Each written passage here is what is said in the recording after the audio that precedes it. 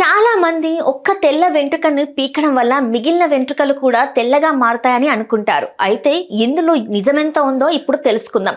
వయసుతో పాటు జుట్టు రంగు మారుతుంది. అయితే ఇటీవల చాలా మంది వయసుతో సంబంధం లేకుండా తెల్ల జుట్టు సమస్యను ఎదుర్కొంటున్నారు.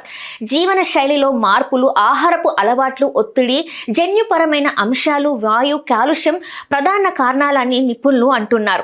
చాలా మంది తెల్ల వెంట్రుకలను పీకేస్తారు. అయితే ఒక్క తెల్ల వెంట్రుకను పీకడం వల్ల మిగిలిన వెంట్రుకలు కూడా తెల్లగా మారుతాయని అనుకుంటున్నారు. ఇందులో నిజమెంతుందో ఇప్పుడు తెలుసుకుందాం. జుట్టు సంరక్షణ నిపుణుల ప్రకారం తెల్ల జుట్టును పీకడం వల్ల మిగిలిన వెంట్రుకలు కూడా తెల్లగా మారుతాయనేది కేవలం ఒక అపోహ. దీనికి ఎటువంటి శాస్త్రీయ ఆధారం లేదు.